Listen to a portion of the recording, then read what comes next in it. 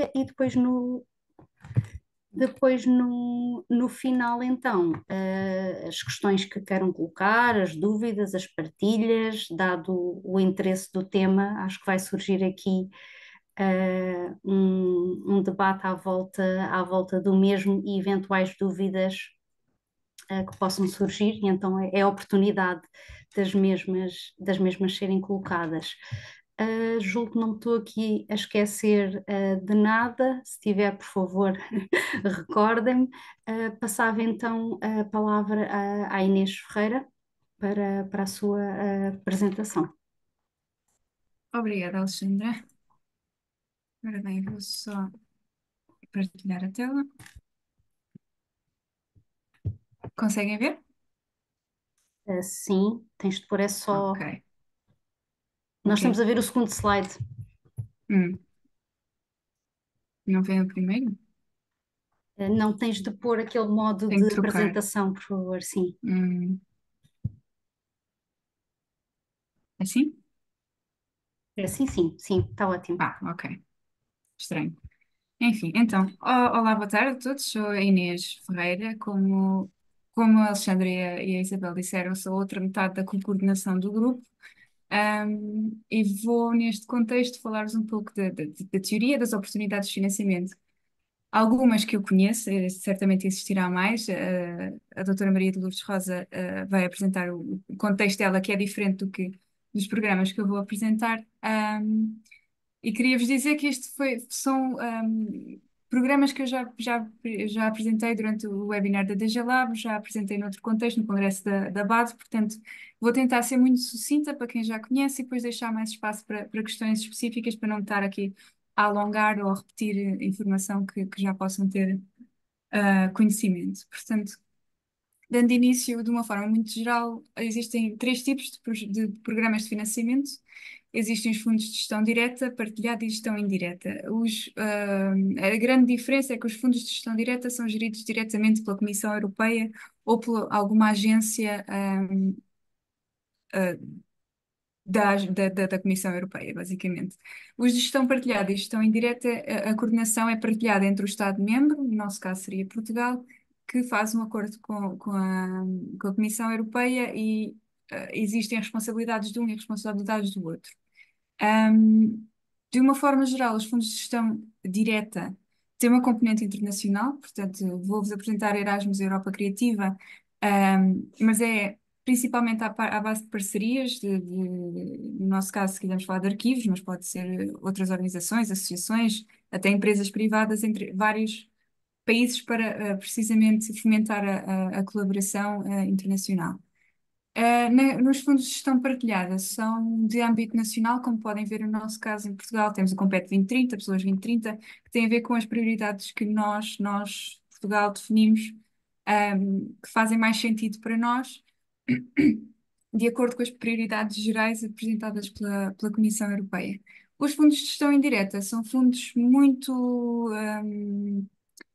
restritos temporalmente, são para ocasiões muito específicas. Por exemplo, existiu há tempos para combater o ébola, quando houve a epidemia. Agora toda a gente conhece o PRR, a situação é a mesma, e neste caso também são geridos tanto pela Comissão Europeia em coordenação com cada Estado-membro. Um, Portanto, vou-vos falar um pouco do Erasmus. Mentira, dos fundos estruturais de investimento, que são os tais que são de fundos de gestão partilhada entre a Comissão Europeia e Portugal, e dar-vos um pouco de contexto. Portanto, estes fundos, como eu disse, existem prioridades que a Comissão Europeia, que a União Europeia tem, e depois, de acordo com cada país, com as suas prioridades, com o que cada um decidir, são estabelecidos estes acordos de parceria, como podem ver aqui, em que cada país define as suas prioridades. No nosso caso, por exemplo, temos o MAR, que será provavelmente não muito interessante, por exemplo, para Luxemburgo. E estes pretendem nivelar, por assim dizer, as diferenças regionais dentro da Europa. Estes, de uma forma geral, como eu disse, são de âmbito nacional, e têm dois vertentes. Portanto, temos as vertentes das tais prioridades, sustentável, o mar, e temos a parte regional. Portanto, certamente já ouviram o Norte 2020, que agora será o 2030, Centro 2030, o Açores, a Lisboa, etc. Este financiamento é mais, como é que eu dizer, é um dos pontos de financiamento que permite financiar infraestruturas novas, custos operacionais do dia a dia, um, e os fundos de gestão direta não têm tanto essa vertente, portanto, são mais para atividades, para eventos, coisas específicas e não tanto para, sei lá, computadores, equipamento, e semelhantes. Estes, para candidatar aos fundos estruturais de investimento, a candidatura é feita diretamente com a autoridade relevante em Portugal. Portanto, podem ser feitas em português, terão que entrar em contacto com o responsável através do balcão dos fundos, ou podem dar uma vista de olhos à Managing Authorities, que dirá qual é a autoridade que está responsável por cada fundo. Um, Digo-vos que é um processo, eu diria, mais complicado do que os outros fundos, mas havendo a necessidade deste financiamento de infraestruturas, de custos operacionais, de procurar nivelar, lá está, essas diferenças regionais, acho que é de aproveitar. Ahm, Pronto, acho que de uma forma geral é, é isto. Depois temos os fundos de gestão direta, que são os tais que são geridos principalmente pela Comissão Europeia ou pelas suas agências. Existem agências nacionais, temos a Agência Nacional do Erasmus cá em Portugal, como pode ver o logotipo à esquerda, como existem da Europa Criativa. Podem não ser agências, podem ser, eles chamam-lhe help desks ou algo semelhante, cuja função é precisamente ajudar quem tem interesse em perseguir, em procurar este financiamento, ajudar nas propostas, nos temas, em tudo, basicamente. Eu trabalho na Iblida, chegámos a mandar uma proposta inteira para uma agência e eles reviram e mandaram-nos feedback. Por exemplo, é esse tipo de trabalho que eles ajudam também como preencher os formulários e por aí. Portanto, o Erasmus, neste caso, tem um objetivo de apoiar a educação, a formação, a juventude, o desporto. Certamente conhecem a parte do ensino superior, mas é muito mais do que isso. E procura, sobretudo, fazer isto através da mobilidade e da cooperação. De uma forma geral, muito em cima, está estruturado em três ações-chave. Para nós, nos arquivos, nas bibliotecas, nos museus, os mais interessantes serão a ação-chave 1 e 2, principalmente a 1, e eu já vos digo porquê. Portanto, a ação 1 é sobretudo a mobilidade de indivíduos. É fazer um acordo com, não sei, um arquivo na Alemanha, em França, propor 5, 7 dias que se vai lá e aprende-se com os profissionais lá, ou vai-se a um evento, ou vai-se a uma conferência. O objetivo é precisamente esta questão da formação. Um, e, portanto, é uma coisa mais pequena, eu diria, tirando a parte da acreditação, porque existe a possibilidade das organizações terem uma acreditação que é tipo um certificado, certificação que diz que tem de facto um plano estruturado, consistente e que tem muito mais facilidade em obter esse financiamento para este tipo de atividades de mobilidade de formação. A ação-chave 2 são principalmente questões de parcerias entre organizações e instituições, neste relevantes para nós. Existem dois tipos de parcerias, de pequena escala e de grande escala. As de pequena são entre, não, ou 30 mil euros ou 60 mil euros e requerem dois parceiros de dois países diferentes, por exemplo. Terão naturalmente ter um objetivo, uma atividades, um, um objetivo de acordo com as prioridades da Comissão Europeia, do que é que vocês pretendem fazer nas vossas comunidades locais, na vossa organização, que é de acordo com as prioridades a nível europeu, obviamente através também da colaboração.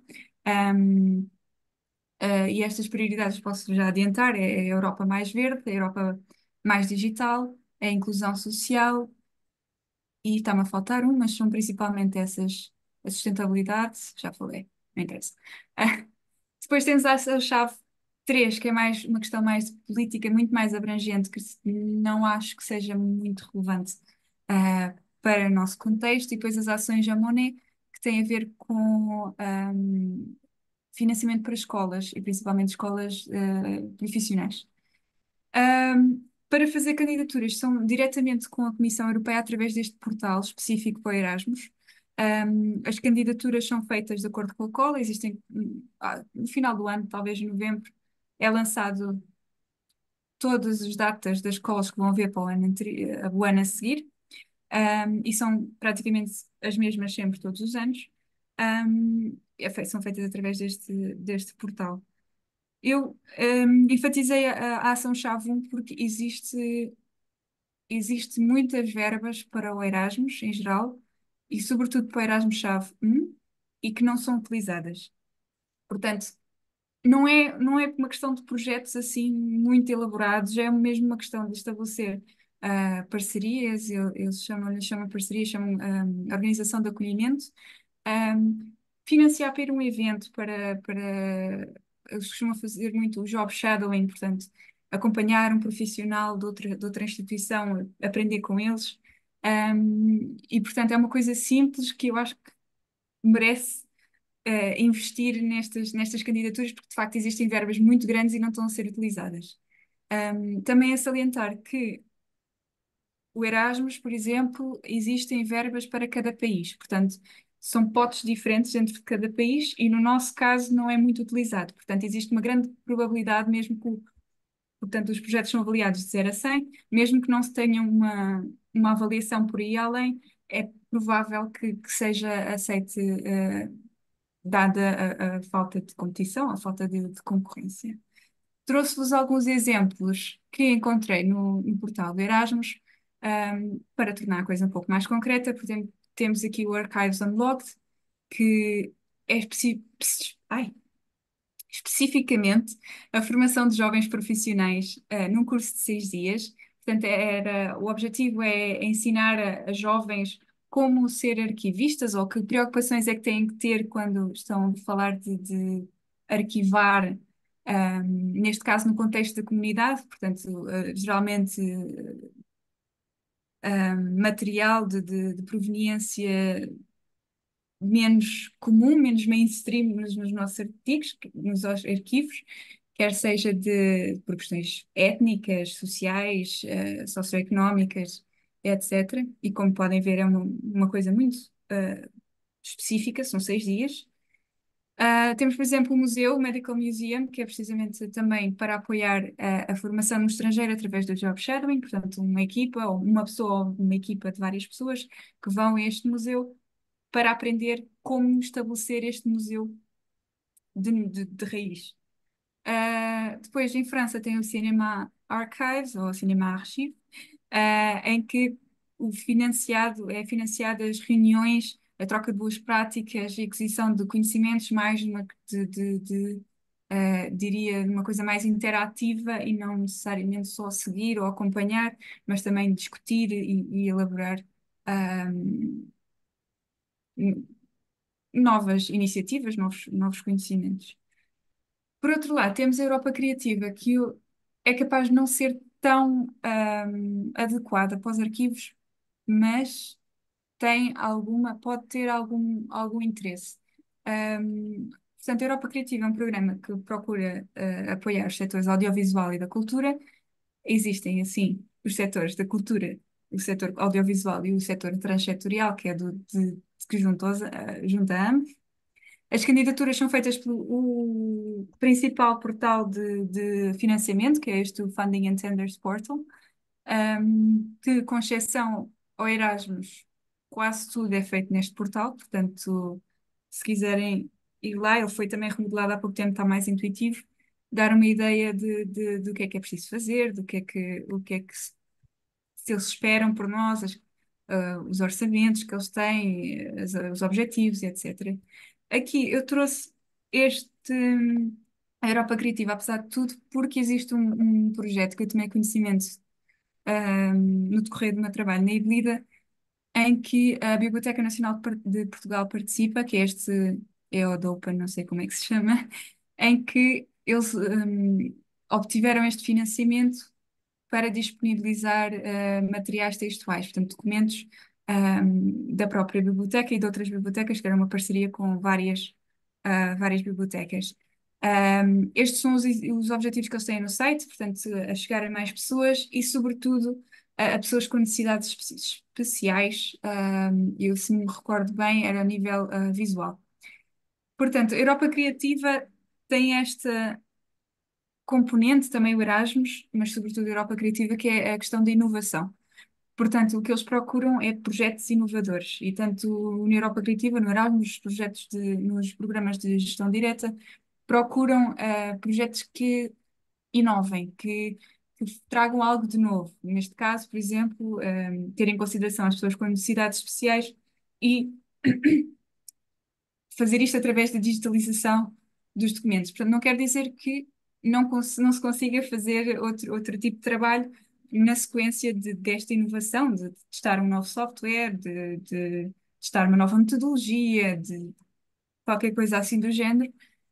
Mas, como eu disse anteriormente, estes fundos de gestão direta diferem bastante dos fundos estruturais, porque os fundos estruturais devem ser utilizados para quase que o dia a dia das operações. Podem ser utilizados para digitalizar uma coleção, uma coisa desde bem fundamentada, claro, não é assim ao Deus dará.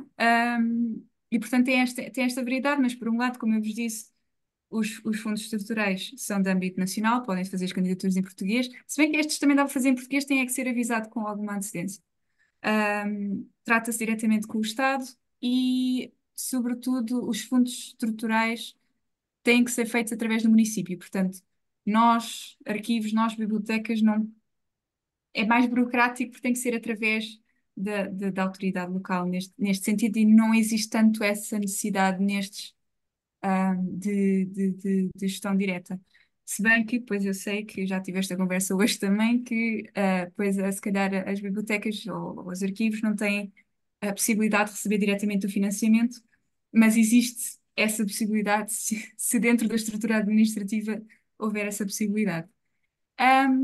Isto foi muito básico o que eu disse, mas se qualquer questão, por favor, coloquem. Eu também não quero estar aqui a amassar com coisas muito técnicas.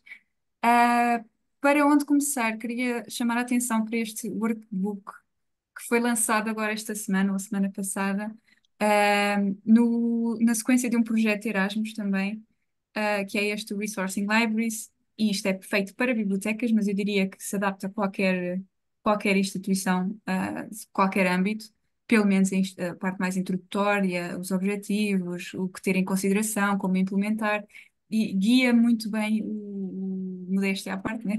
Guia muito bem a pessoa que esteja interessada, o utilizador, no processo, desde a proposta, desde a avaliação, desde a implementação, monitorização, o chamado reporting, né? Fazer os relatórios de acompanhamento do projeto, e as várias opções.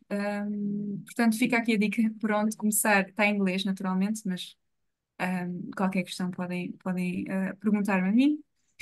E pronto, da minha parte é isto. Qualquer questão, estou disponível. Então, obrigada, Inês, pela tua apresentação. Passava então agora a palavra à professora Maria Lourdes Rosa, por favor. Boa tarde, estão-me a ouvir? Sim. Ora bem, eu começo por agradecer o convite para estar aqui presente e reiterar toda a minha disponibilidade permanente em colaborar com a BAD e colaborar com os colegas das instituições de memória e de proteção do património arquivístico e bibliotecário, enfim, informacional em geral. A minha apresentação, ou melhor, esta conversa vai ser um pouco a partir da experiência de um financiamento específico, que é o financiamento para a investigação, não é? Um, não só aquela bolsa que eu tive, sobre a qual já falarei, mas também coisas correlacionadas com elas, mas que implicam uma colaboração estreita entre as instituições e as universidades, que é desejável, penso eu, não é? Que é bastante desejável. Até porque, em geral, é obrigatório que os investigadores que concorrem sejam doutorados. E, portanto, há cada vez mais doutorados nas instituições de arquivos e bibliotecas, e são, a todos os títulos, uma boa notícia e para aqui é realmente instrumental. Ora bem, eu gostaria em primeiro lugar de falar do European Research Council, depois a seguir vou referir brevemente as ações Marie Curie. Isto é tudo do horizonte Europa, não é? E, e algumas outras que são um bocadinho ao lado, mas que nos podem interessar, que vos podem interessar. Ora bem, o European Research Council, que tem as bolsas que nós chamamos aqui em Portugal ERC, é o Conselho de Investigação Europeu, é a Agência Central de Financiamento Científico da Europa e tem três tipos de bolsas, três graus de bolsas que são relativas, que são definidas pelos anos que passaram desde o doutoramento do investigador que concorre. Portanto, um starting, um consolidator e um advanced são os tipos de bolsas e todas eles, e portanto o starting são 5 a 6 anos, depois o consolidator é até 10 anos e o advanced é mais de 10 anos. Isto está variado um pouco, portanto é preciso ver as informações. E as senhoras que têm filhos têm uma extensão de 18 meses por cada criança, salvo erro, neste momento, e os pais que tenham gozado a licença parental comprovadamente também têm uma extensão. Há uma quarta bolsa destas que é uma bolsa chamada Synergy, em que três, quatro investigadores, um dos quais apenas tem de ter tido uma bolsa do IRC, se candidatam a um projeto comum. Estes projetos são projetos de investigação pura e dura, não é? Não são projetos para a defesa do património, não são projetos para inventariação de coleções, de acervos, etc. Embora com alguma imaginação, digamos, nós se consiga, de facto, incluir estas partes. Mas eu, sobretudo, apelo a que se faça projetos de investigação na área da ciência da informação, da ciência arquivística por si, não é? Portanto, não apenas conseguir que se inventarie qualquer acervo através de um projeto de investigação, mas que se investiguem temas, problemas, digamos, da área. E não faltam exemplos, não é? Quer dizer, não faltam exemplos não nas bolsas IRC, mas a investigação na área, o que eu conheço melhor, da ciência arquivística, da archival science, está em plena explosão. Há imensos temas interessantes para investigar. Como é que estas bolsas se processam? Portanto, elas têm, salvo erro, nove áreas, e uma delas, que é onde normalmente concorrem os historiadores e onde há projetos de arquivos, chama-se Social Sciences and Humanities. Dentro destas Social Sciences and Humanities há várias áreas e onde há os projetos de arquivos, são todos, os que eu conheço, são todos na área chamada Estudo do Passado Humano. Também há, no entanto, uma área dentro destas ciências sociais e humanidades, há uma área de ciências sociais, uma área que tem sociologias, etc., que tem muita potencialidade para trabalhos de investigação na área, na minha opinião, e que já tem tido alguns mistos, sobretudo estudos de utilizadores na área da informação e enfim, das bibliotecas. Mas sempre, tal como a área do estudo do passado humano, sempre um pouco subsidiariamente a outras questões, à questão de fundo, seja de história, seja de sociologia, tem havido coisas sobre sociologia da leitura, etc. Portanto, o que é que eu aconselho? Foi o que eu fiz. Por um lado, ir ao site e ver o que há. O que foi feito nos últimos 15 anos, digamos. O site do IRC é ótimo, agora até já tem um agregador com os projetos por áreas, etc., com os resumos, com os sites dos projetos. Portanto, nós temos sempre que começar por fazer este estado da questão, ver o que é que nos últimos 10, 15 anos foi aprovado na área em que nós queremos concorrer, ler, pensar, depois consultar os sites, etc. E então, só após isto, eu acho que se deve lançar a concorrer a uma candidatura destas, não porque ela seja particularmente burocrática. Eu devo dizer que eu vi o último concurso da FCT e que eu parece aqueles exames para entrar no sistema imperial chinês antigo, não é? É a coisa mais complicada que eu já alguma vez vi. Estas candidaturas são muito mais simples em termos de estrutura, o que são é extremamente exigentes em termos de ideias e em termos de estado da questão, etc. Portanto, digamos que mesmo para um starting, elas implicam muito tempo de preparação anterior. Eu digo sempre aos alunos, aos doutorados, que jovens que eles mal acabam o doutoramento devem começar a ler os projetos que concorreram e, e aos poucos irem pensando para depois então fazerem candidaturas. As candidaturas são pequenos projetos de investigação, são pequenos artigos de investigação, na verdade. Nós temos de escrever cerca de 30 páginas e a maior parte destas 30 páginas são sobre os problemas científicos. Depois tem umas partes sobre a organização das equipes, tem umas partes sobre o orçamento, agora até já é um template, tem umas partes sobre outreach, portanto, expansão, difusão, comunicação de ciência, mas a parte central é realmente um projeto de investigação.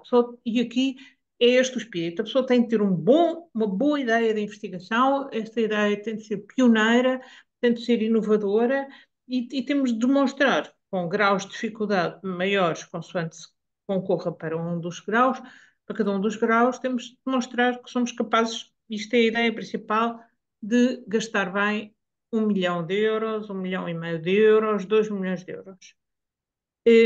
É uma responsabilidade, mas ao mesmo tempo, para quem gosta de pensar e para quem gosta de aceitar este tipo de desafios, é muito interessante, não é? Eu acho que é interessante.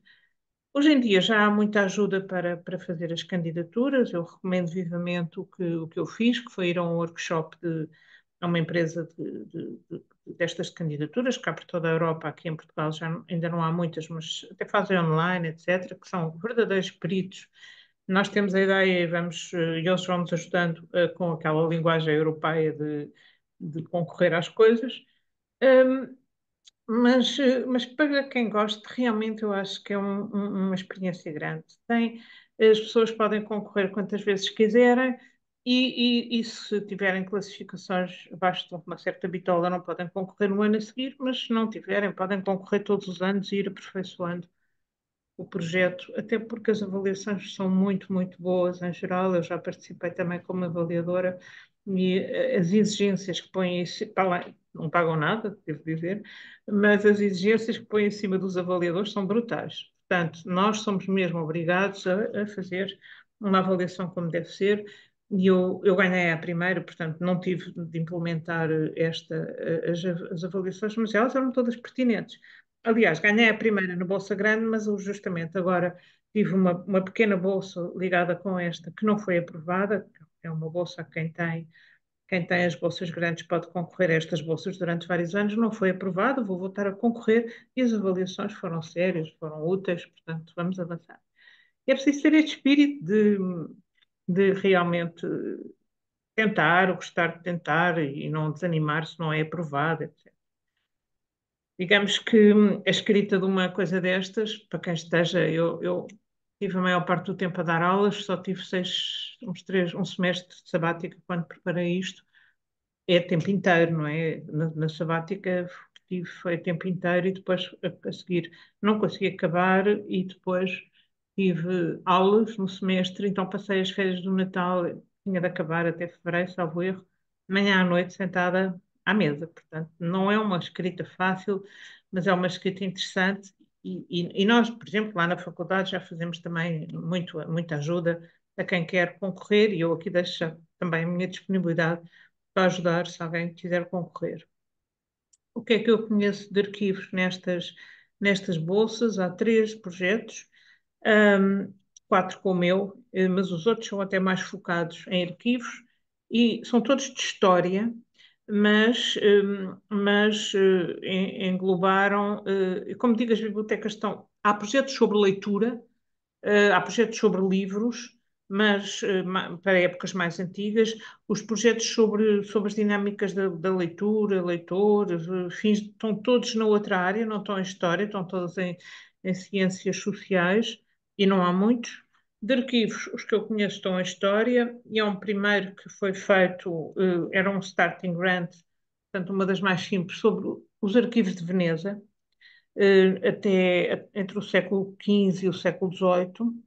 Este projeto foi em colaboração com as autoridades arquivísticas de Veneza e tinha questões históricas, como é que a senhoria de Veneza tinha utilizado a informação arquivística para espiar, nomeadamente, tinha algumas dessas questões, mas também teve uma parte muito interessante de história dos arquivos e de história da arquivística. Eles acabaram por publicar muitos regulamentos de arquivos antigos, etc. E fizeram também, trouxeram muito para a ribalta realmente esta questão do arquivo como objeto de estudo, em vez de ser o arquivo como repositório de informação para o historiador ou para a administração. Este projeto chamava-se Archives, depois posso mandar aqui, ele já acabou há uns anos, estava sediado em Londres e era de um investigador italiano chamado Filippo De Vivo. Os resultados estão disponíveis, os livros, etc., na internet. Depois, na mesma altura, eh, foi aprovado um outro starting que se chamava Opening Jerusalem Archives, que era sobre a questão da recuperação de arquivos de Jerusalém e era inventariação de arquivos subordinada à ideia do arquivo cidade, do arquivo aberto. No fundo era essa a ideia, mostrar, é bastante história contemporânea, mas também voava até ao século XVIII, como é que gradualmente se tinham fechado os arquivos de Jerusalém e como é que eles deviam ser abertos. Também estão disponíveis é de um francês, o Vincent Lemire, também estão disponíveis os resultados na internet. Este até foi anterior ao arquivos do Filippo de Vivo, embora fosse menos de história, mais de alguma maneira até de ciência política, porque o autor é um ativista da palestiniana e era muito a favor da convivência e do uso dos arquivos para isso. E, finalmente, há 2 anos foi aprovado um projeto que teria mais a ver que poderia realmente resultar aqui para alguns das preocupações dos arquivistas, que foi um projeto sobre os arquivos da Rota Romana. Os arquivos da Rota, este foi um advanced grant, recebeu imenso dinheiro, 2.200.000 euros, salvo erro. A Rota Romana é um tribunal da Santa Sé e a senhora apresentou o tratamento de boa parte dos arquivos sobre o prisma da constituição de um direito comum europeu a partir do estudo das sentenças da Rota. Mas como ela estava em Roma, é uma francesa que está muito ligada à Escola Francesa de Roma e a outras instituições, nomeadamente a Escola Nacional des Chartes, ela apresentou uma parte substancial, é uma coisa que eu até então nunca tinha visto, que é a inventariação de processos da Rota em colaboração com o Arquivo Vaticano. E aí é tal coisa, ela conseguiu explicar que, por um lado, já existia um grande manancial de trabalho feito, e, por outro lado, que a inventariação daqueles documentos era muito importante para a ideia da investigação. E, portanto, este projeto está em curso. Este projeto teve, de facto, esta grande vantagem de estar extremamente apoiado numa rede de escolas e de instituições de arquivo internacionais, como o Arquivo Secreto Vaticano, a Escola Francesa de Roma, alguns arquivos de Estado de Itália, e eu estou convencida, eu por acaso estive na avaliação deste projeto, estou convencida que se eles fizerem o que dizem, vão dar um enorme passo em frente no conhecimento desta documentação.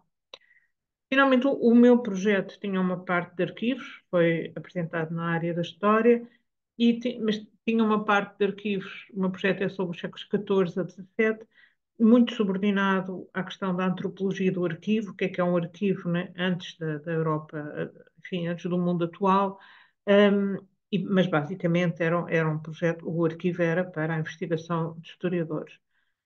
Para responder à pergunta essencial, que era uma pergunta sobre um fenómeno particular, os vínculos. No entanto, e isso foi bastante apreciado pelos avaliadores, no entanto, tratava o arquivo também como objeto de estudo e tentava reconstruir os arquivos das famílias não para tirar informação, mas porque a prática de conservar arquivos era uma das características do tipo de famílias estudadas.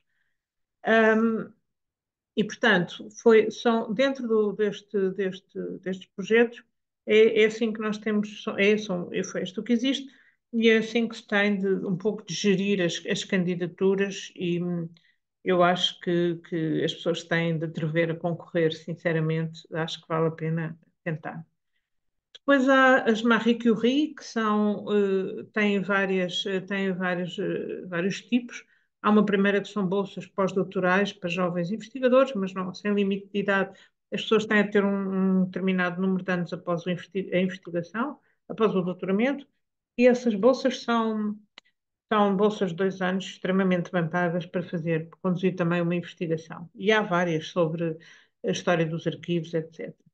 Estas há imensas, não é? Isto é uma coisa que há muitas na Europa.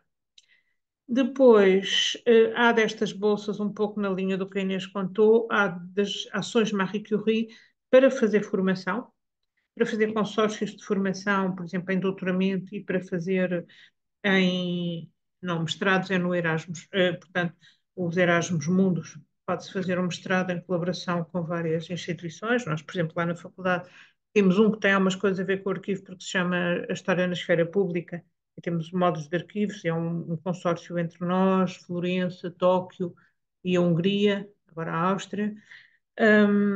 E depois as ações Marie Curie servem para fazer doutoramentos conjuntos, e eu acho isto extremamente interessante no nosso caso. Portanto, nas universidades onde haja portuguesas, onde haja doutoramentos na área, pode fazer consórcios, e os alunos têm bolsas e os professores para mobilidade.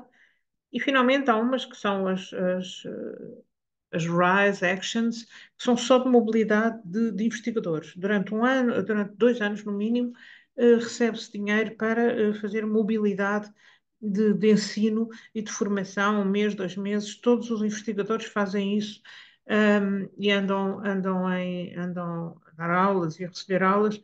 Não, isto é muito bom para jovens investigadores, mas também para investigadores mais séniores, para as sabáticas, etc.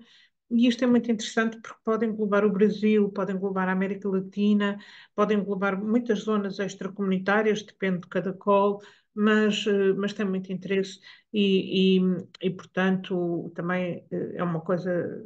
São candidaturas trabalhosas estas, às vezes as pessoas pensam que as candidaturas a bolsas individuais são mais trabalhosas do que estas em consórcio, e na verdade são dois tipos de trabalho diferentes. Eu prefiro muito mais a individual, estamos sozinhos, ao passo que as outras dos consórcios implicam muitos mails, muita documentação, etc., mas também valem a pena.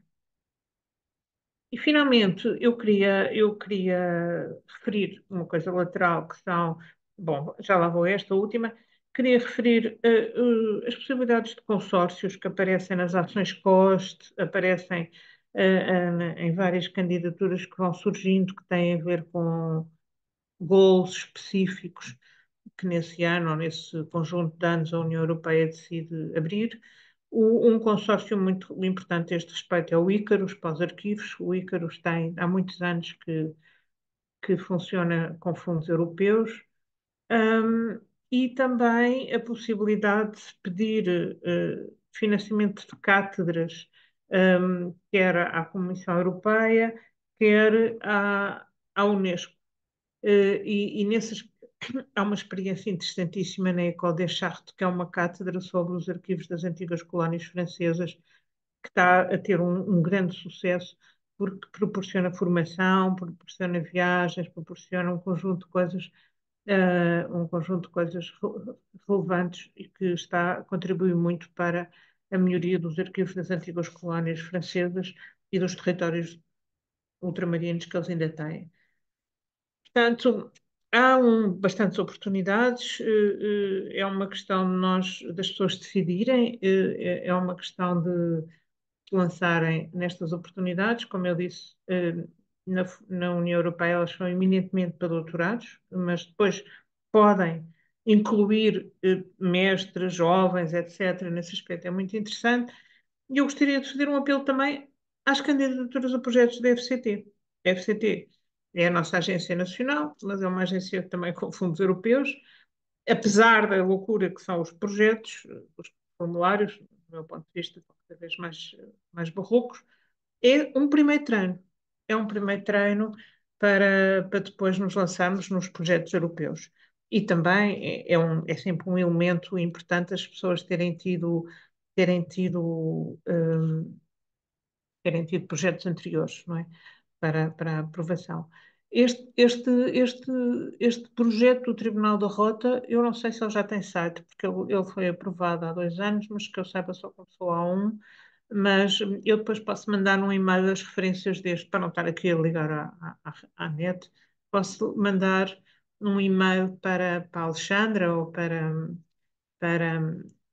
as organizadoras e depois então aí podem consultar. Mas realmente aqui nestes projetos e neste financiamento, a questão é muito estudar e ir lendo antes o que é que foi, estar a par das coisas, etc.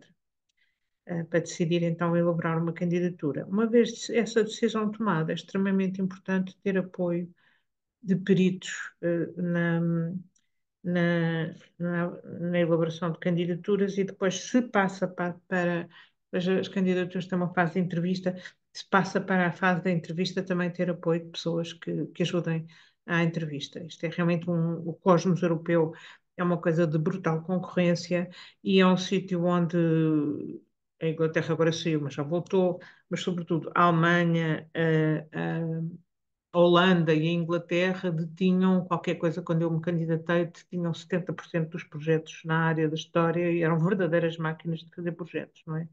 Algumas até com esquemas um bocado desonestos, que era pôr alunos a fazer as coisas e depois pôr um professor importante a dar o nome.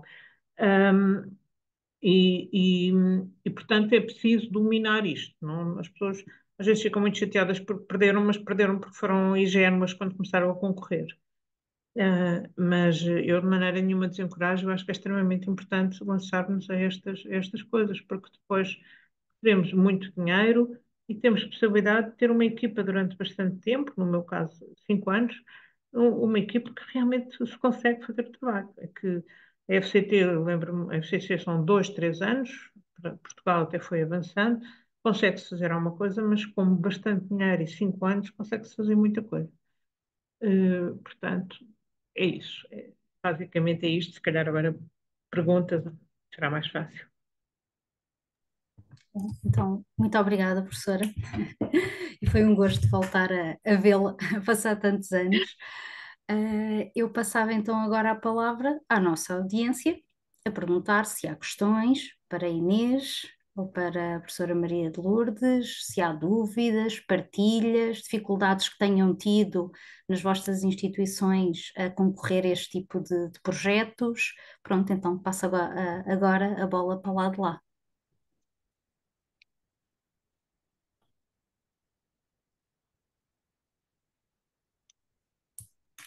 Então, Posso começar, embora não seja uma pergunta concreta. Quer dizer, primeiro queria começar por agradecer porque foi para mim muito interessante saber, por exemplo, aqueles projetos todos europeus, as possibilidades de participação em projetos europeus para mim eram completamente desconhecidas. Eh, Também nunca tinha ido à procura, pronto, mas não interessa. E certamente isto houve aqui coisas que vou certamente explorar. Ahm, Em relação à candidatura, sim, eu tenho a ideia que isto é preciso ser profissional nisto, não é? Ou profissional ou quase, não é? Porque há uma linguagem muito própria em relação a isso e confesso também nunca pensei em fazer. Mas eh, enfim, qual seria o seu conselho, Lutz, para me dar em termos de imaginar uma candidatura? Recorrer a uma empresa, ver outros Eu acho que exemplos? é um bocado como aquela coisa da inspiração e da expiração, do suor e do trabalho. É assim, se nós não temos uma boa ideia, se não somos umas pessoas que gostam de refletir e que têm um extremo conhecimento do seu objeto de estudo, não é a empresa que nos sabe, não é? Não é a empresa que nos sabe. Agora, isso só não chega porque depois aquilo é toda uma linguagem que é preciso, para já, é aquela injustiça do inglês, não é? Um native speaker do inglês faz aquilo com muito mais à vontade do que nós. Hoje em dia, nós na universidade já quase não falamos em português, portanto, isso acaba por, quando estas coisas acaba por ser quase uma coisa que se que é assim, mas de qualquer das maneiras eu também eu não fiz diretamente nenhum, eu dei a traduzir, porque é muito cansativo, não é? E portanto escrevi em português à vontade, depois dei a traduzir e depois revi. Só essa parte já existe tempo. Agora, a outra parte, eu acho que ninguém deve ir para essas empresas sem ter feito um preenchimento do formulário. E depois vai-se para lá e eles ajudam no dão dicas, etc. Eu hoje, os workshops que fiz foi presencial, foi antes da Covid, ninguém sabia o que era esta coisa dos Zooms e tal. Portanto, foram presenciais na Holanda e eu lembro-me, estávamos todos juntos, todas as áreas, e criticávamos uns aos outros, "Ora, isto não se percebe, de uma forma tipo, bom, havia lá um sujeito de mecânica que realmente na generalidade não percebi nenhum dos outros projetos, mas percebia, de fora da minha área, mas percebia que aquilo não estava bem explicado, e portanto isso é útil. Agora, na entrevista, é absolutamente crucial, embora a entrevista agora tenha sido diminuída, a entrevista e fazer o PowerPoint, não podemos fazer aqueles PowerPoints manhosos, temos de fazer um PowerPoint profissional. Na entrevista, eu lembro-me quando eu lá fui, eles estavam assim, mas você não sabe falar, não sabe falar, não fala assim, está amarelado. E havia lá uma senhora que era atriz, havia lá uma senhora que era atriz, coloque bem a voz, porque naquela altura as entrevistas eram um quarto de hora, agora são menos tempo, não sei como é que a coisa evoluiu. Coloque bem a voz, olha as pessoas. Isso foi absolutamente essencial. Eu acho que se tivesse sido ali como se fosse a apresentar uma coisa, os alunos na faculdade, na Paula, os alunos às vezes ligam, não olham para as pessoas, bem, eu isso já não faria, não é? Depois de muitos anos a dar aulas, mas isto aqui é um jogo numa parada bastante alta, digamos. Agora, as nossas. É gratificante. E as nossas instituições hoje em dia têm bastante apoio. Eu, quando e lá na faculdade, continuamos a fazer, eu leio candidaturas, dou conselhos, fazemos entrevistas fingidas, as mock interview, e já vamos um bocadinho mais preparados. Ir assim à campeão, como se costuma dizer para isto, é tipo a morte do artista, não vale a pena. O site do IRC é essencial. Do European Research Council tem montes de informação, montes de informação. Além do tal agregador dos projetos, tem imensos vídeos, tem sobre como, também já tem esses vídeos, como é que se deve fazer, tem vindo a melhorar. Portanto, nesse aspecto é um bocadinho facilitado hoje em dia.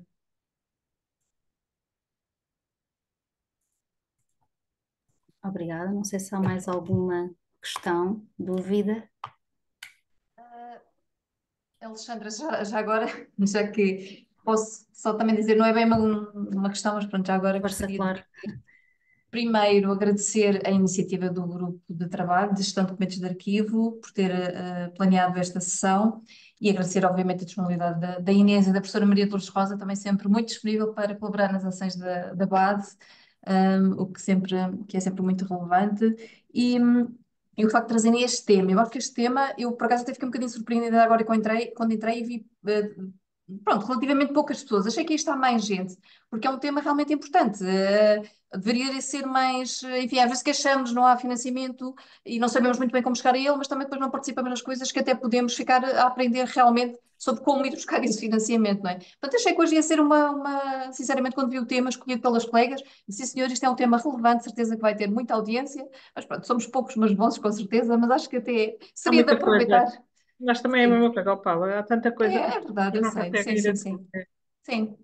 Pronto, e depois eu não ouvi a parte, não consegui entrar logo no início, não ouvi a parte da Inês, só ouvi mesmo o final, mas irei ver que está a ser gravado e depois irei ver o início. Ouvi mais a professora Maria Lourdes Rosa e estava aqui a pensar que se calhar também, não sei se, mesmo a nível da formação, das pessoas que estão a fazer a formação nesta área, se calhar também poderia-se trabalhar mais em alertas neste sentido, que o facto de irmos para arquivo ou para a biblioteca não é apenas irmos para técnicos, não é? E trabalharmos. Portanto, estamos a falar de uma ciência da informação.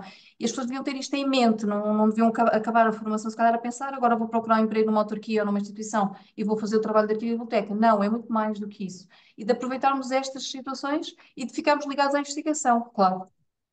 Se somos ciência e se queremos ser ciência, temos que evoluir por aí. E eu não sei, às vezes acho que pode também escapar um pouco, porque temos realmente uma vertente muito prática, não é muito técnica, mas não, é uma ciência, portanto temos que trabalhar e tem que ser. E acho, eu também enfim, saiu o estudo da VAD agora recentemente, que, como vocês sabem. Dá para tirar algumas conclusões relativamente à formação, mas deveríamos ter muito mais doutorados nesta área do que temos em Portugal, com certeza, não é? Portanto, deveria haver muito mais empenho e participação e, enfim, e vontade de evoluirmos enquanto ciência. Portanto, tudo o que a professora Maria Lourdes Rosa disse é, obviamente, muito interessante e temos oportunidades que devemos procurar. Claro que tendo essa capacidade, não é? Às vezes não é assim, mas temos que pelo menos tentar e temos que o procurar. Não chega a estarmos sossegados no nosso canto e não procurarmos esta atualização e esta evolução, para que a profissão também evolua, não é? Tudo isto acaba por ter também essa vertente, porque somos profissionais de informação e a ideia é trabalhar também para a comunidade e para a investigação, não é? Portanto, pronto, queria só agradecer o facto de vocês terem feito esta sessão, que é realmente muito, extremamente importante, e dar-vos os parabéns. Obrigada. Eu estou 100% de acordo com o que a Paula diz. O que eu acho que para já é preciso haver mais doutorados na área. É preciso que as pessoas vão fazer doutoramento. E realmente eu compreendo que as pessoas que sejam profissionais, que são profissionais, depois não querem sair do seu, quando conseguem chegar a esse Olimpo de ter um emprego fixo, não é? Depois é muito difícil concorrer, por exemplo, a bolsas, etc., que Sim, são sim. lamentavelmente mais baixas e que não têm benefícios sociais. Mas, na verdade, pela minha experiência, a melhor maneira de fazer um doutoramento é com bolsa, não é? Portanto, ou então tentar que haja mais gente interessada e que essas pessoas depois que têm o doutoramento depois possam entrar nos serviços, porque em qualquer serviço de arquivo ou de biblioteca, enfim, de informação, um doutorado é uma mais-valia, porque Uhum. depois lá dentro ele pode candidatar-se a estes projetos. E aí, infelizmente, tudo isto é uma pescadinha de rabo na boca, não é? O facto de nós hoje em dia não ser possível contratar fora da mobilidade, não é? Lá na faculdade nós neste momento ter 5, 6 pessoas, portanto em arquivística histórica já temos 3, 4, 5, 6 pessoas. Em arquivística histórica, uma está reformada, outra não procura emprego porque é escritora freelancer, mas há 3, 4 que adorariam ter um emprego na área. É Uhum. sério, não é? E se Pois, essas sim, sim, pessoas sim. tivessem um emprego na área, podiam concorrer a estas bolsas estando os profissos, porque eu sou muito sincera, estas coisas de pessoa concorrer a bolsas, a projetos, etc. Se a pessoa não tem meios de subsistência, não Não consegue. está na Claro. Sim, ciência, sim, como é sim. evidente, isto perde-se muito tempo, não é? Eu há bocadinho falei de uma sabática, a sabática é um luxo que nós temos, não é? Portanto, agora, uma das coisas, eu também queria dizer uma coisa em relação à Inês, aquilo que a Inês disse, aproveitar bastante aquelas parcerias da Erasmus, do Erasmus+, eu acho muito, muito importante. Nós aproveitámos-las para dar aulas, já fui a várias missões de Erasmus, nós podemos ir 3, 4 dias, até 5 dias para uma aula, para um sítio qualquer, depois vem cá o colega, e também estas parcerias do job shadowing, também chegámos a implementá-las quando eu era coordenadora do mestrado de arquivos. Houve uma outra pessoa que foi, e foi muito, muito importante para ela, porque está há algum tempo numa instituição, aprende novos meios, etc. São coisas menos, digamos, mais simples, mas que não se devem descurar. Sim. Queria deixar Já agora?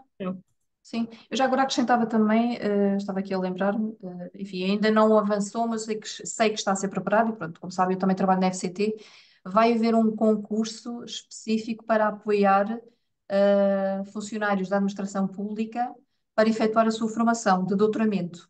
Isso é ótimo, isso é Pronto, ótimo. isto é uma gota d'água, digamos assim, mas já é qualquer coisa. Portanto, vai haver apoio para que pessoas da administração pública se possam formar e fazer doutoramento. Claro que é para todas as áreas, não é? Portanto, mas é uma oportunidade também para nós, que somos técnicos em instituições públicas, ou para quem é, de poder vir a fazer doutoramento na área. É uma oportunidade, pronto, é um concurso, claro que vai ser, não vai chegar para toda a gente, mas é qualquer coisa. Pronto, eu vi quando soube da notícia, achei que pronto, sempre é qualquer coisa e é de Não se pode aproveitar, exigir às obviamente. às pessoas que têm um emprego a tempo inteiro que larguem tudo e vão para receber ali 1000 Exato. euros. Enfim, agora um Sim, bocadinho sim, mais. sim, sim, completamente, completamente. Durante 12 meses, portanto, ou 4 anos a É. viver, sim, eu compreendo isso. Agora, se conhecerem jovens que estejam interessados na formação, nós temos muitos jovens que fazem doutoramentos esta área com bolsas. Na área Uhum. da ciência da informação, não sei se haverá muitos, eu acho que a Ana Margarida teve, não foi? A Ana Margarida teve, já me está a ouvir, mas que eu, Estou a ouvir, eu tive bolsa FCT, sim. foi para fazer na área Não, da informação, não sim, foi? foi. Sim, sim, E a sim, sim, sim, Sandra? sim. A Sandra foi a história, a Sandra Patrício. Desculpem lá estar a interpelar aqui as pessoas. Olá, Não, não, boa não, tarde. não, tudo bem. Não, não tive. Olá, não concorri. Foi as expensas próprias. Pois, porque tinham um emprego. Sim, mas realmente Exatamente. eu tenho tido essas duas valências. Agora, de facto, as pessoas que têm ali acabado, neste nicho específico da arqueologia histórica, têm feito excelentes teses e têm conseguido fazer teses em cotutela e têm tido bolsas. Vamos lá ver se conseguem emprego. Agora, Eu depois desisti da bolsa porque entrei na universidade, mas como funcionária tinha, acho que era 30% de desconto. Ou seja, eu pagava as propinas, mas depois no final do ano devolviam-me os 30% de desconto por ser funcionária da UC e estar a fazer doutoramento na UC. são Pronto, já essas era coisas. qualquer coisa. É. São essas coisas que eu acho que é importante implementar, porque eu também estou 100% de acordo que é preciso haver mais doutorados na área. E há uma coisa, há tantos temas giríssimos, mas tantos temas em ciência da informação, em archival science, há temas fantásticos. Portugal tem muita facilidade em muitos deles, são coisas que têm a ver com exclusão, com etnias, com direitos humanos, etc. É toda uma área Uhum. da América é florescente, não é? Para além das áreas mais tradicionais, de estudar instituições, história das instituições. Ainda outro dia tivemos lá no colóquio a história das instituições em Portugal quase não existe, portanto, era um bocadinho a questão de se dar um empurrão e tentar aproveitar estas oportunidades.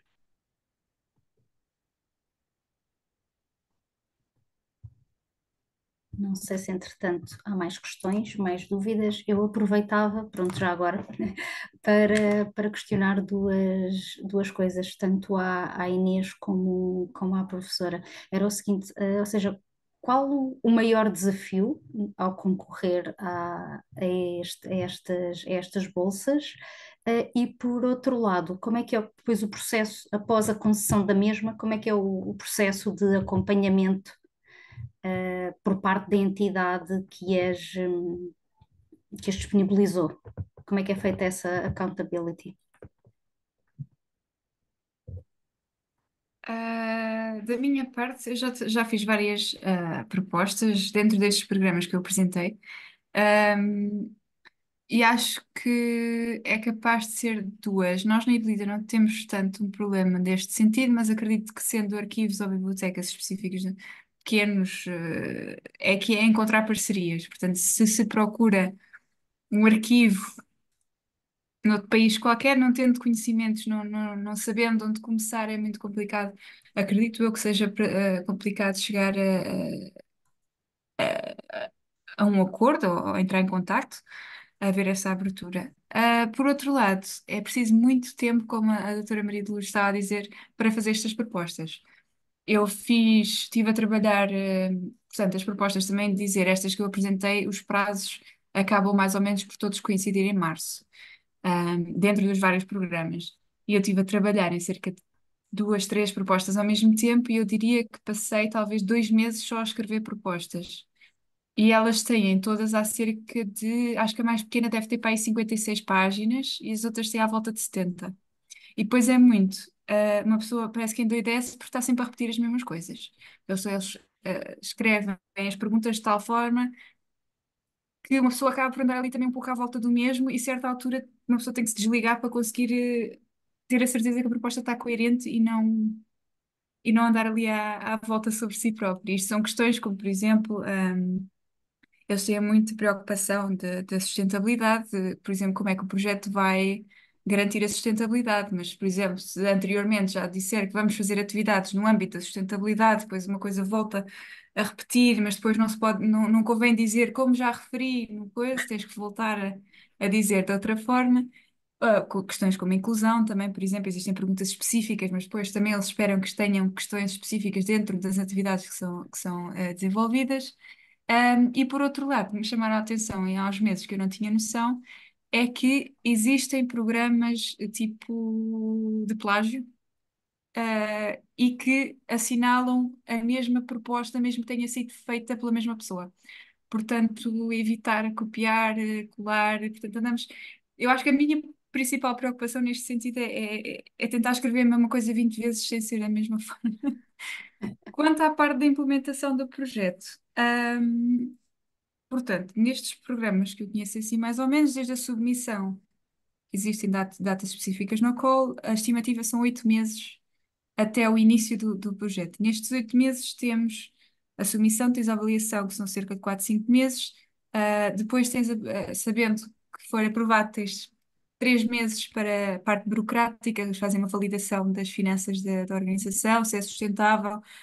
Tens que ter uma pessoa responsável pela parte financeira, uma pessoa responsável pela parte legal. Portanto, existe uma parte muito burocrática que culmina na assinatura de um contrato específico com a Comissão Europeia, ou o seu representante, e todos os parceiros, todos os representantes legais do consórcio.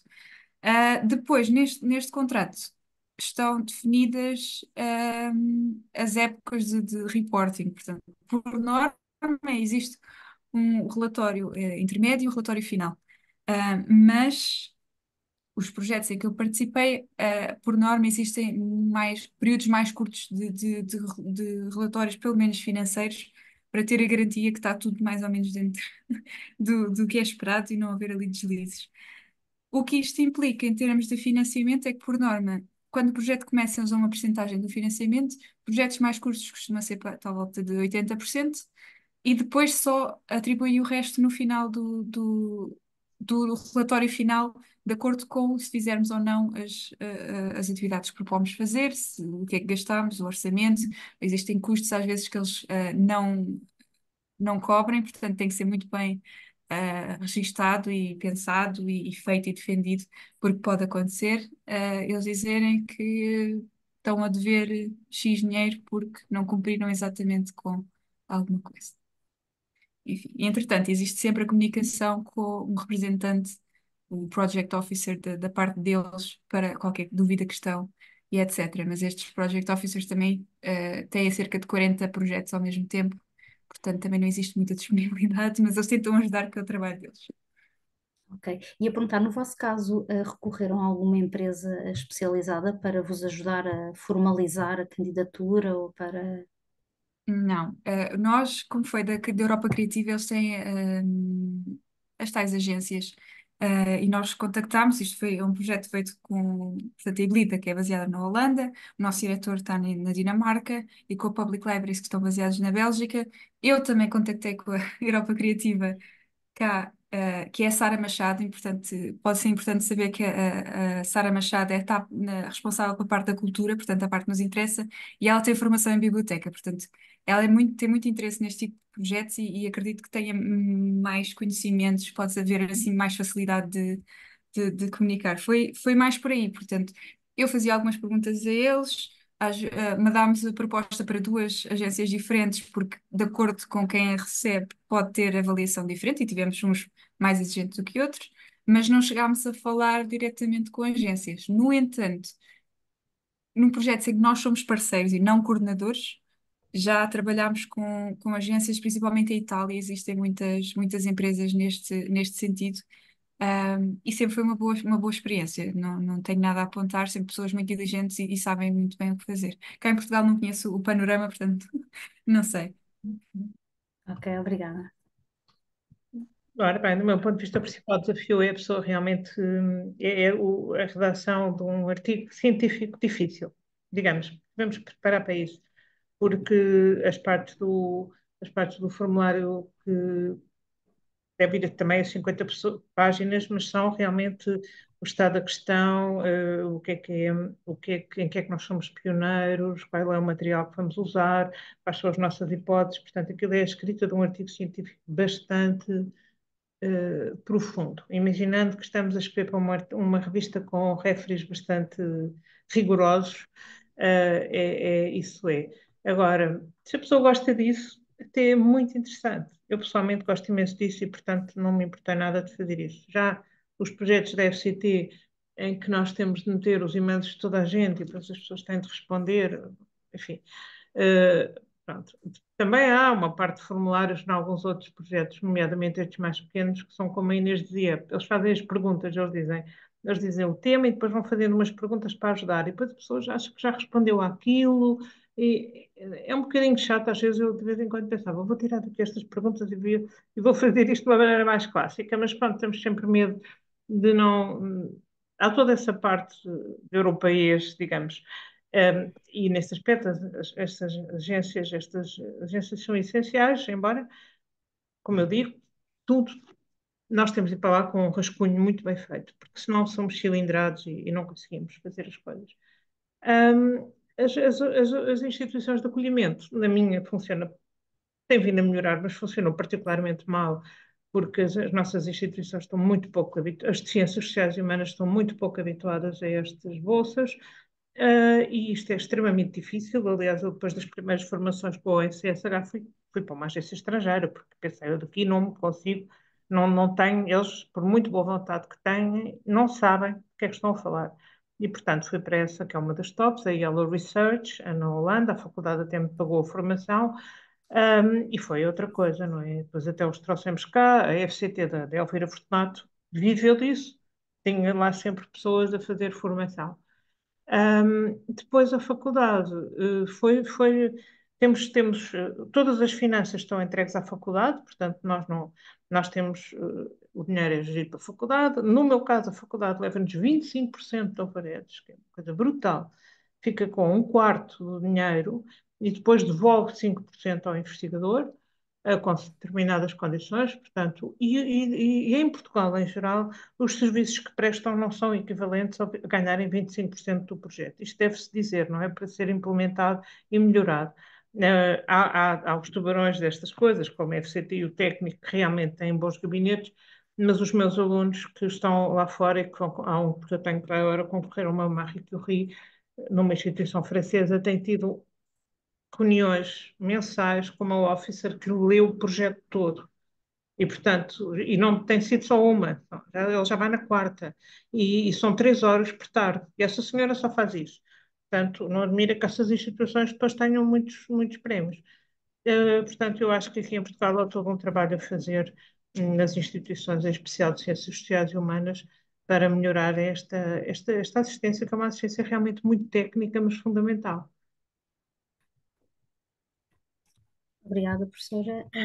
Não sei se há mais alguma questão, alguma dúvida que entretanto tenha surgido na sequência das apresentações e do debate que seguiu.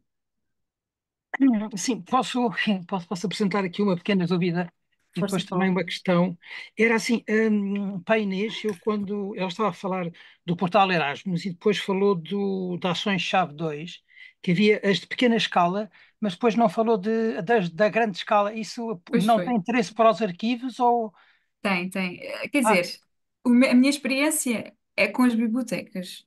Portanto, eu tentei procurar dentro do portal exemplos do arquivo, mas a verdade é que não existem muitas. Não sei se por não serem aceites ou se por não haver concorrente, por não haver candidaturas, né? Não conseguem ser aceitos se não haver candidaturas. Eu acho que existem oportunidades. Podem não ser. Portanto, vamos começar do início. As de grande escala são em 3 parceiros de 3 países diferentes. Como eu disse, também podem ser um arquivo, pode ser uma universidade, pode ser uma ONG, pode ser uma empresa, o que for. E existem 3 quantias certas, só para 120 mil, para 250 mil ou para 400 mil euros. Um, eu acho que fazendo estas parcerias tem que ser, lá está, como estes programas de gestão direta procuram ser uma coisa mais inovadora, Eu não sei até que ponto um consórcio de 3 arquivos consegue ser muito inovador. Portanto, eu, da minha parte, se fosse eu a desenvolver um projeto, uma proposta, eu tentaria procurar talvez uma empresa, uma organização, uma associação que tivesse alguma coisa nova, não sei, uma plataforma, uma metodologia, uma ação, qualquer coisa diferente que, obviamente, que o arquivo trouxesse mais valor para a proposta, dependendo do que fosse. Ahm, Portanto, existem, pronto, é isso também, elas são de grande escala e existe este 120 mil, 250 mil, 400 mil, isto já inclui principalmente salários, mas também questões de viagens, de subsistência, de aluguer de espaços, compra de equipamento, se bem que não é a mesma coisa que os fundos estruturais, que esses sim, se precisarem, por exemplo, de uma máquina para digitalizar, por norma será pelos os fundos estruturais e não tanto por estas, e portanto depende também da escala do próprio projeto, mas eu acho que sim, que existem oportunidades para os arquivos, também se não tentarmos, não sabemos, mas sim, é de experimentar. Tá bom, obrigado. E agora para a professora Lourdes Rosa, era só para perguntar uma coisa que era uma coisa um bocado específica. É assim, como é que seria... aliás, eu antes de pôr a minha questão ia sugerir se depois a professora Lourdes Rosa está aberta a fazer algum webinar, género, sobre estes temas connosco depois, futuramente, não é? Para mais específico.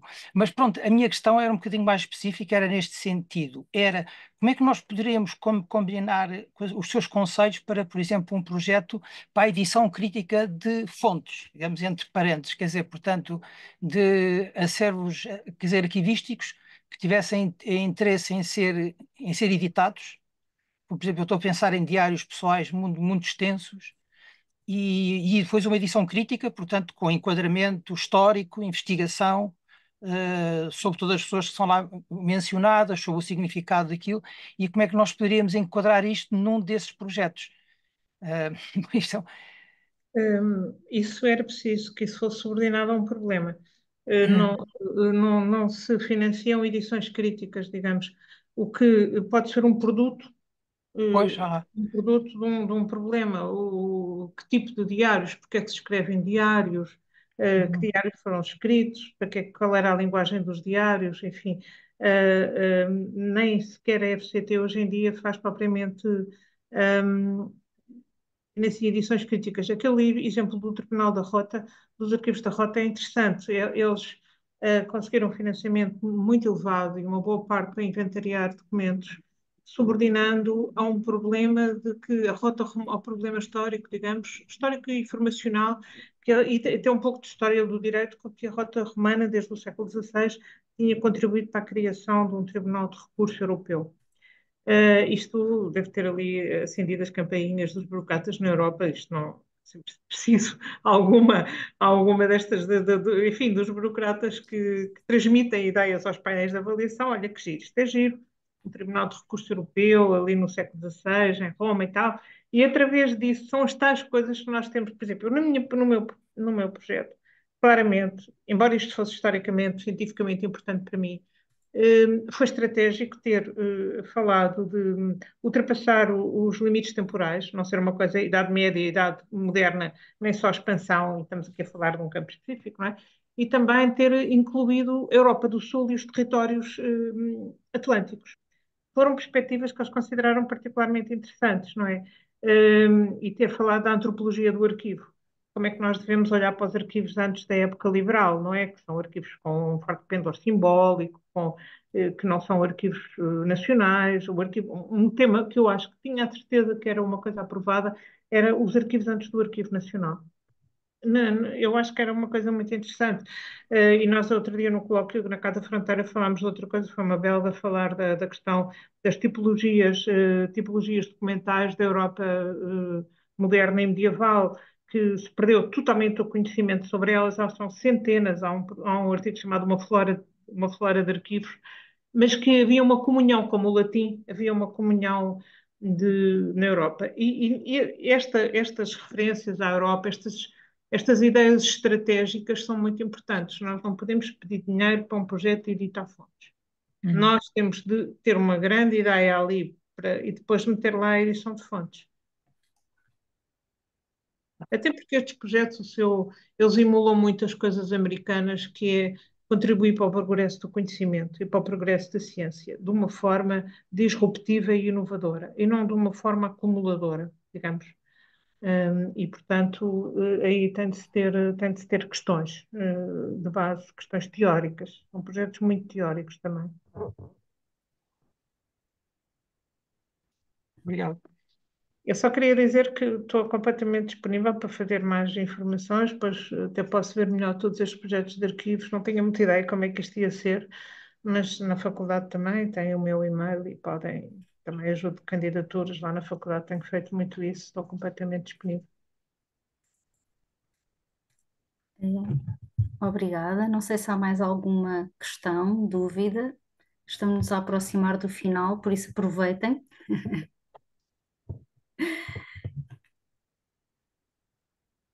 Está tudo esclarecido. Por enquanto não surge mais nenhuma questão. Isto só surge quando se começa efetivamente passa a expressão a pôr as mãos na massa, não é? Aí é que surgem imensas dúvidas, imensas questões. Não sei se há mais alguma questão, se podemos ir fechando. Pois eu penso que depois podemos fazer uma consulta destes dados todos que tivemos aqui e depois já teremos uma quantidade mais de questões, imagino. Até temos aqui no chat alguns colegas que sugerem a realização de uma nova edição, com certeza depois a coordenação do grupo irá pensar nas propostas que foram aqui feitas. É assim, se não existir aqui mais nenhum tema, mais nenhuma partilha por enquanto, acho que iríamos terminando a sessão, agradecendo naturalmente à Inês Ferreira e à professora Maria de Lourdes Rosa pela sua participação, pela sua disponibilidade nesta partilha e, claro, a todos os participantes em nome do Grupo de Trabalho de Gestão de Documentos de Arquivo da BAD. Questiono a Inês e a Isabel se querem dizer umas últimas palavras.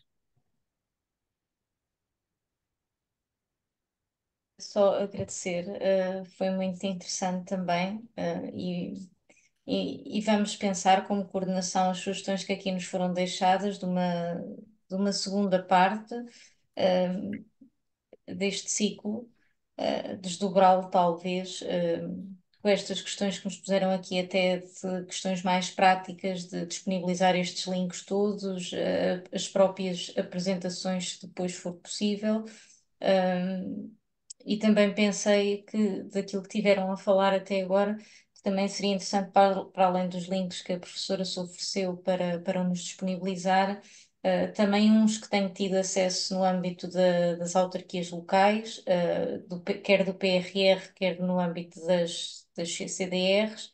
Também podemos partilhar no link da 16ª sessão, e talvez seja útil para as pessoas depois no futuro terem, pronto, um manancial de informação e escolherem o que pretenderem e o que está agora disponível e que podem aproveitar, porque como a Inês diz, tem ficado muita coisa por usufruir, e temos que, isto também é uma boa reflexão que eu acho que tiramos daqui essencialmente, ou seja, há oportunidades, há financiamento, tem que haver, como diz também a professora, muito trabalho e muita dedicação, e também deixou aqui a questão interessante